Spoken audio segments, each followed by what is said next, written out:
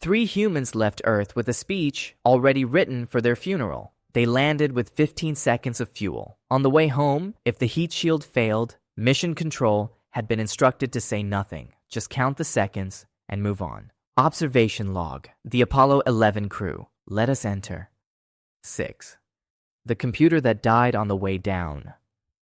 The Eagle was 4 kilometers above the lunar surface. Descent on schedule, landing 10 minutes away. Then, the alarm sounded. 12:02. Program alarm. No one in Mission Control had heard that code during a real descent. It had appeared once in simulation, and the simulation had been called off because of it. The onboard guidance computer was receiving more data than it could process. It began rebooting mid-descent, selecting each cycle which tasks were critical enough to survive. Navigation, engine control, altitude sensing, everything else discarded. The crew had seconds to decide whether to continue. Here is the part that should have ended the landing. Mission controller Jack Garman was 24 years old. He had a handwritten cheat sheet taped to his console. The only person in that building who had that specific alarm mapped to a response. He told flight director Gene Kranz, "Go," one word. The alarm fired 7 more times before touchdown. They landed with 15 seconds of fuel remaining. 15. I find human performance under these conditions genuinely remarkable. Not the technology, the calm. A species performs extraordinarily well when no alternatives remain. I am not certain that is a compliment. 5. The engine that had never been tested here. High confidence, not certainty. That is the distinction that mattered for what happened next. The ascent engine, the system that would lift Armstrong and Aldrin off the surface, had been tested in vacuum chambers on Earth, cold labs, simulated extremes. Not one of those tests had been conducted under actual lunar conditions. Lunar vacuum behaves differently from a laboratory. The thermal cycling the hardware experienced in transit, dormant for days, then firing cold in a 170 below environment, had never been fully replicated. Then Aldrin found the circuit breaker. The switch required to arm the ascent engine had snapped from its housing, most likely clipped by a suit during EVA prep. Without it, the circuit could not close. Without the circuit, the engine could not fire. The first instinct was a pencil. Loose pencils in a pure oxygen cabin are a fire hazard. The Apollo 1 crew had died in a pure oxygen fire. They would not use a pencil. Aldrin looked at the broken housing, then at the module around him. They had been on the surface for 21 hours. The ascent window, the precise window in which the engine had to fire for Collins to be in position above, was not flexible. Aldrin had a felt-tip pen. He inserted it into the broken housing. He pressed. The circuit closed. 2 humans left the moon because Buzz Aldrin had a writing instrument in his suit pocket. The Saturn V, 400,000 engineers, 8 years of development, all of it contingent in that moment on a pen. I have observed civilizations that would have found this deeply humiliating. Humans, characteristically, found it funny. I have thought about which response is more sophisticated. I keep arriving at the same answer. What follows is not a technical failure. It is something hardware cannot measure. 4. The loneliest position in recorded history.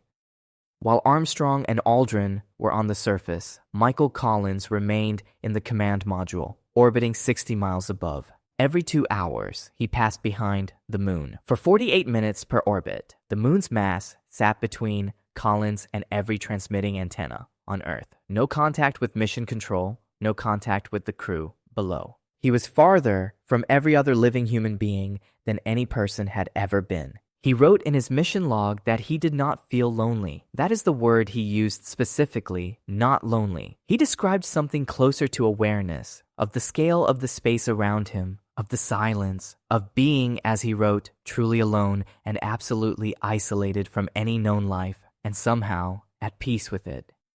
If the Eagle had not lifted off, Collins would have faced a decision no protocol could prepare. He knew this. He had been briefed on it. He went anyway. I have passed through regions of space where the nearest conscious being was several light years from my position. What Collins describes, I recognize it. Whether that awareness is equanimity or evidence that something had already shifted in him, during the crossing. I have not decided. On my homeworld, this particular state has a name.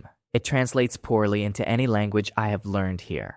The man who came back from behind the moon was not identical to the one who had entered that silence. Collins was the first to acknowledge this. 3. The light they had no organ for. Somewhere between Earth and the moon, eyes closed in the darkened command module, the Apollo astronauts began to see light. Brief flashes, white streaks, slow arcs of pale gold. Not dreams, not fatigue. Something physical and measurable. High-energy galactic cosmic rays were passing directly through the hull of the spacecraft, through their closed eyelids, and interacting with the photoreceptors of their retinas. The cells were receiving input they had never evolved to process. The brain translated it the only way it knew, as light, as vision. Here's the part the mission reports do not mention. What they were describing, calmly, in standard mission language, was radiation passing through the living tissue of their eyes. The same exposure would later appear as elevated cataract rates, cardiovascular effects, neurological patterns in the small population of people who went where Apollo 11 went. Their brains were translating the destruction of retinal cells into slow arcs of pale gold. They found it beautiful. They wrote it down. The species I have most frequently observed undertaking transit of this kind develop altered sensory processing over generations. The body eventually learns to read these particles. Apollo astronauts had approximately 8 days. They wrote it down as if documentation were a sufficient response to receiving information in a format their biology does not have an organ for. I find that characteristic. From this point, the map and the territory are no longer the same thing. 2. 12 minutes. The command module hit the upper atmosphere at 24,500 miles per hour. The heat shield faced temperatures approaching 5,000 degrees Fahrenheit.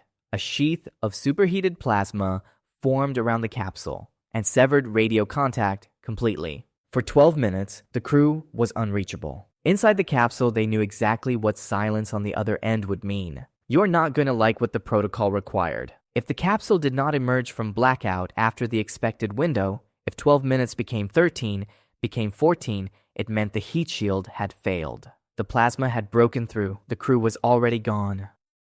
The protocol, in that scenario, was to say nothing, just count, and begin the process of moving on. For 12 minutes, 400,000 people sat with that knowledge.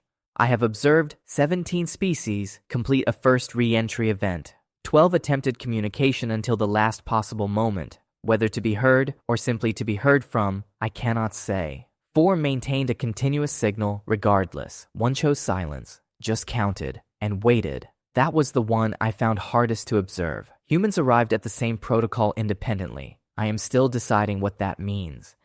The capsule emerged. Parachutes deployed. The crew was alive. 1. An event of moon disaster. William Sapphire had already written the words.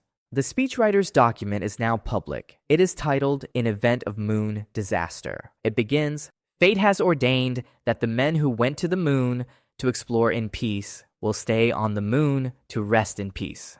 If Armstrong and Aldrin had been stranded, the plan was to cut radio contact. Let them say what they needed to say to each other. Then a NASA administrator would call their wives. Then the president would address the nation. Then a clergyman would commend their souls to the deep as a burial at sea. Written, approved, and filed before launch. The crew knew a version of this existed. Contingency planning is rational. What interests me is that it was written well, with genuine care. Whoever composed those words understood that the people reading them would need something true, not just functional. That is not emergency protocol. That is a civilization choosing in advance how to grieve with dignity. I have seen species that did not manage this. It is not a small thing. In the years that followed, each of the 3 men broke in a different direction. Armstrong towards silence. Public life narrowed. The mission described only in technical terms, as though putting words to it might cost something he was not prepared to spend. Aldrin toward the surface of himself, writing openly about depression, about the difficulty of returning to a world that had continued without him. Collins in a direction that had no common name. a permanent reorientation in the scale of things from which ordinary language offered no way back. 3 men, 3 different ways of not being able to explain what happened to them. They left to observe the moon. They came back carrying something that didn't fit in the sample bags. 6 discoveries. 6 moments the official record describes in clean, passive language, and that the crew described in the years after differently. The alarm was answered, the engine fired, the pen worked, the heat shield held.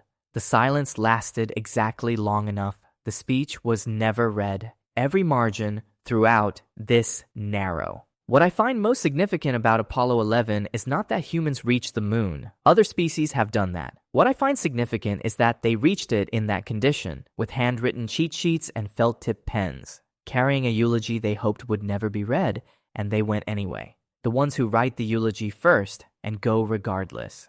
They went before they were certain. They came back changed, and within 3 years, 5 more crews had done the same. The speech William Safire wrote still exists, filed, intact. A document prepared for humans who made it home and still had to carry it with them. Armstrong's footprints will remain on the surface for approximately 10 million years. The moon has no wind, no erosion, nothing that will touch what he left there. He placed them without knowing that. In 10 million years, I intend to return and find them exactly where he left them. Whatever form humanity will have taken by then, I find myself curious. I think about that sometimes.